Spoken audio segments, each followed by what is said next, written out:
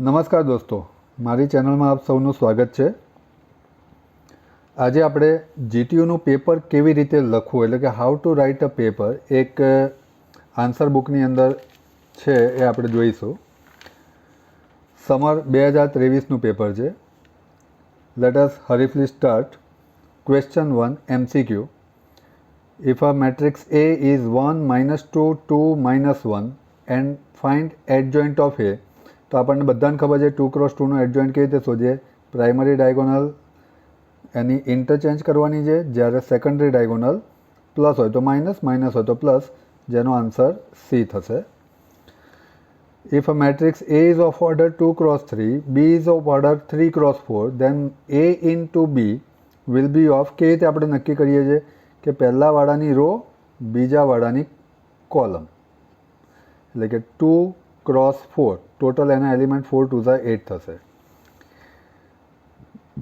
0x-2 એક row matrix છે, 1 2 3 એક તમારું કોલમ મેટ્રિક્સ છે। આનું તમે મલ્ટિપ્લિકેશન કરશો રો ઇન્ટુ કોલમ તો 0 into 1 x into 2 -2 into 3 equals to 6, એટલે કે તમારું એક્સમાં એક ઇક્વેશન બનશે જેનો આન્સર 5 આવશે।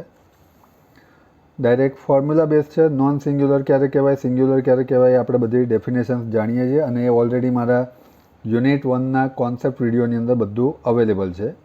e⁻log x, તો આને હું કંઈક થોડું આ રીતે લખી શકું, e⁻log of x⁻−1, આ -1 આગળ જે છે એ કુદીને ઉપર પાવરમાં ગયા।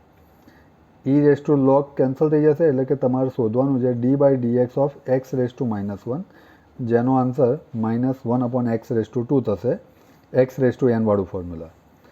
fxની value log of square root of x² + 1 હોય તો f'0ની વેલ્યુ, તો આનું તમે ડેરિવેટિવ કરશો f'(x), દેટ ઇઝ 1/સ્ક્વેર રૂટ ઓફ x² + 1, રૂટ એક્સનું ડેરિવેટિવ કરશો અને છેલ્લે એક્સની વેલ્યુ 0 મૂકશો તો આન્સર તમારો 0 આવશે। x equals to sec theta plus tan theta, y equals to sec theta minus tan theta, then dy/dx is -1/x²। આ x into y હું કરીશ દોસ્તો, that is sec theta tan theta into sec theta minus tan theta। આ આપણને ખબર છે sec² minus tan² થશે, જેની વેલ્યુ 1 થશે, એટલે કે xyની વેલ્યુ 1 થઈ, એટલે કે yની વેલ્યુ 1/x થઈ। આનું ડેરિવેટિવ કરીશું, ઉપર હતું એનું એ જ થશે, આન્સર આવશે -1/x²। આ એક ડાયરેક્ટ ફોર્મ્યુલા છે દોસ્તો। e⁻x into bracket fx plus f'(x) હોય તો એનો સીધો આન્સર e⁻fx આવશે। અહીંયા લખવામાં ભૂલ થઈ ગઈ છે, જેનો ડાયરેક્ટ આન્સર આવશે e⁻x sin x plus c। આ આન્સર નહીં આવે। x² + 1 x³/3 થશે, 1નું x થશે, એક વખત 1 મૂકો, એક વખત -1 મૂકો, આન્સર 8/3 આવશે। આ ડાયરેક્ટ ફોર્મ્યુલા છે cot xનું integral log sin x। Highest derivative મારું થર્ડ છે, એની પાવર 2 છે, તો ઓર્ડર મારો 3, ડિગ્રી મારી 2। ઇન્ટિગ્રેટિંગ ફેક્ટર, અહીંયા પીની વેલ્યુ દોસ્તો 1/x થશે, y/x, તો e⁻p dx, that is e⁻1/x dx, that is e⁻log x, e⁻log cancel, તો બચ્યો આન્સર તમારો x। આઈની વેલ્યુ i²ની વેલ્યુ -1, i³ ની -i, i⁻4ની 1, બધું કેન્સલ આઉટ થઈ જશે, આન્સર આવશે 0। આર્ગ્યુમેન્ટ ઓફ -1, દેટ ઇઝ પાઈ। આ તમે સિમ્પલી સમજી શકો છો, અહીંયા આગળ 0, અહીંયા 1, અહીંયા -1, અહીંયા આગળ પણ -1, તો આર્ગ્યુમેન્ટ ઓફ -1 એટલે કે આટલો એંગલ બનશે, that is 180 pi. Question 2A 3 marker question, attempt any 2, તમને 3 સોલ્વ કરીને બતાવેલા છે। મેટ્રિક્સ A આપેલો છે, મેટ્રિક્સ B આપેલો છે, and find a matrix X such that 3 of x plus b plus 5a equals to 0। તો આમાં પહેલાં આપણે એક્સને કરતા બનાવી દીધો, બી અને એની વેલ્યુ પુટઅપ કરી અને પેરવાઇઝ મલ્ટિપ્લિકેશન, પેરવાઇઝ એડિશન, 3 વડે divide and you get your value of x. તમે અહીં સુધી રાખશો તો પણ ચાલશે। Matrix A is given then prove that A square minus 4a plus 5i equals to 0. એટલે મારે ઇક્વેશનમાં સૌથી પહેલાં શું જોઈશે? A square. એટલે એનો square that is A into A, row column RC rule apply કરો તો જેનો આન્સર 9888988889 આવશે. એ જ રીતે બીજું મારે શું જોઈએ છે? 4a અને 5i. તો આપણે 4a ની વેલ્યુ ફાઇન્ડ આઉટ કરીએ. દેટ ઇઝ 4 મલ્ટીપ્લાય કરીશું 5i, આઈની વેલ્યુ 100001001 વેલ્યુ પુટિંગ કરીશું અને તમારો આન્સર 0 જે પ્રૂવ કરવાનો જે આવી જશે. Solve the differential equation dy by dx x plus વાયનો હોલ સ્ક્વેર. આ એક સ્પેશિયલ ટાઈપનું તમારું ઇક્વેશન થશે જેમાં x પ્લસ y equals to z assume કરીશું. બંને બાજુ ડેરિવેટિવ કરીએ. એક્સનું 1, વાયનું dy બાય dx, ઝેડનું dz બાય dx. એટલે કે dy બાય dxની વેલ્યુ થઈ dz by dx minus 1. Value replace કરી તો dz by dx equals to z square plus 1 આવ્યા. સેપરેટ કર્યા એટલે કે ઝેડવાળા અલગ, એક્સવાળા અલગ. 1/1 પ્લસ ઝેડ સ્ક્વેરનું થશે ટેન ઇન્વર્સ ઝેડ, 1નું થશે એક્સ. સી એક તમારો આર્બિટરી કોન્સ્ટન્ટ આવશે. ઝેડની ઓરિજિનલ વેલ્યુ પાછી મૂકો, તમારો answer. Question 2b 4 mark question. એક મેટ્રિક્સ એ આપેલો છે, find A inverse.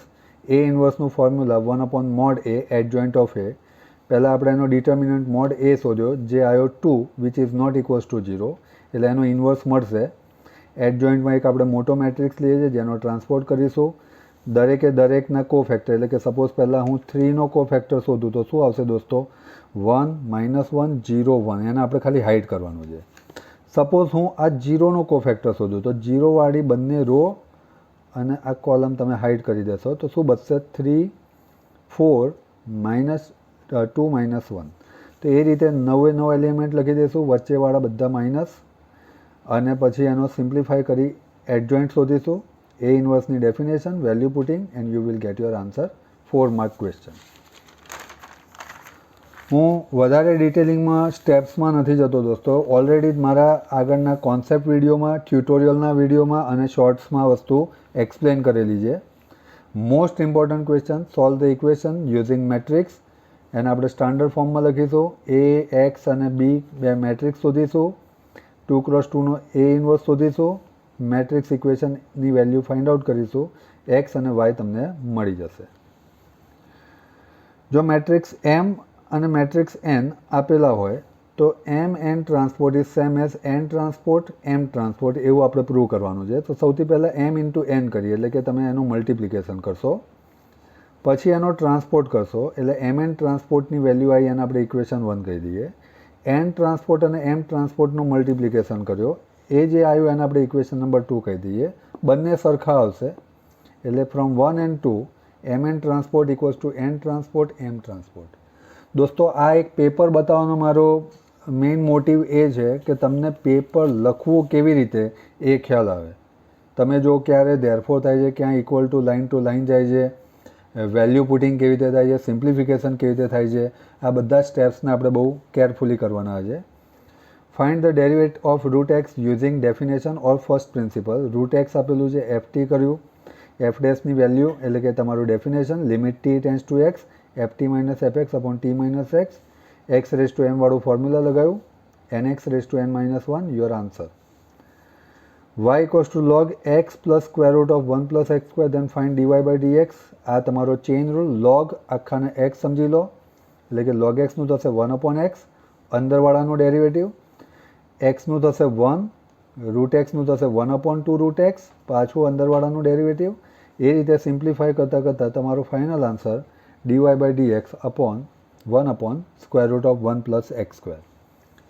Find the integral 4 plus 3 cos x upon sine square. Separate કરી દો એલસીએમ એટલે 4 sine square, 3 cos sine square. આ 1 સાઇન સ્ક્વેરને લખાય cos x સ્ક્વેર. આને લખી શકાય cos x ઇન્ટુ કોટ. તો cos x સ્ક્વેરનું થશે માઇનસ કોટ, આનું થશે માઇનસ કોસેક એક્સ.